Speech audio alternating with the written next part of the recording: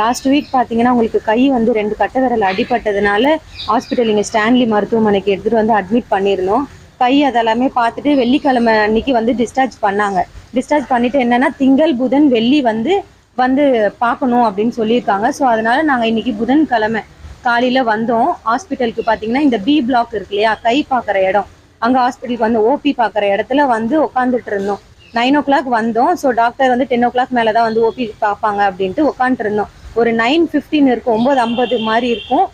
உட்காந்துருந்த இடத்துல மேலே சீலிங்லேருந்து பார்த்தீங்கன்னா கிரானைட் கல் அது வந்து அப்படியே மேலே தலையில் அப்படியே விழுந்து, அம்மாவுக்கு பார்த்தீங்கன்னா தலையில் இங்கே ஸ்டிச்சஸ் போட்டிருக்காங்க. இந்த கையிலையும் லெஃப்ட் ஹேண்டில் லெஃப்ட் சைடு தலையில் ஸ்டிச்சஸ், லெஃப்ட் சைட்லேயும் இங்கே ஸ்டிச்சஸ் போட்டிருக்காங்க. சென்னை ஸ்டான்லி அரசு மருத்துவமனையில் புறநோயாளிகள் பிரிவில் வந்திருந்தவர்கள் மீது அங்கு ஒட்டப்பட்டிருந்த டைல்ஸ் விழுந்ததாக கூறப்படுகிறது. அது குறித்து அவர்கள் பேசியிருந்த அந்த காட்சிகளையும் பார்த்து விரிவான விவரங்களோடு செய்தியாளர் பிரபு இணைந்திருக்கிறார். பிரபு வணக்கம், என்ன நடந்தது, கூடுதல் விவரம்?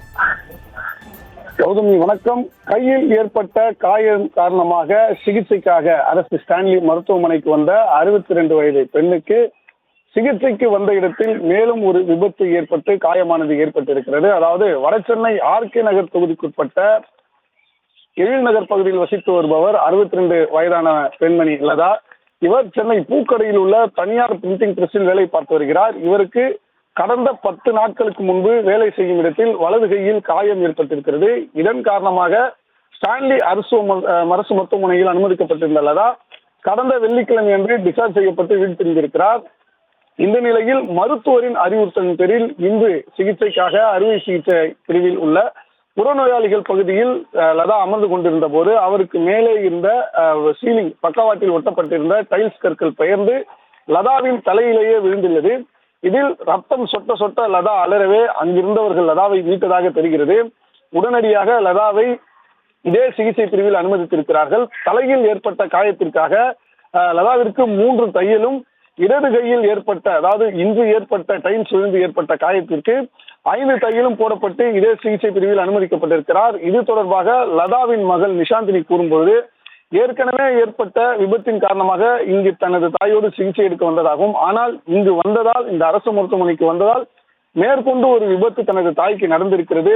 இதற்கு முழுக்க இந்த மருத்துவமனை நிர்வாகம் தான் காரணம் என கூறி அவர் இந்த பகுதியில் இருக்கக்கூடிய காவல் நிலையத்தில் புகார் அளித்திருப்பதாக தெரிவித்திருக்கிறார்.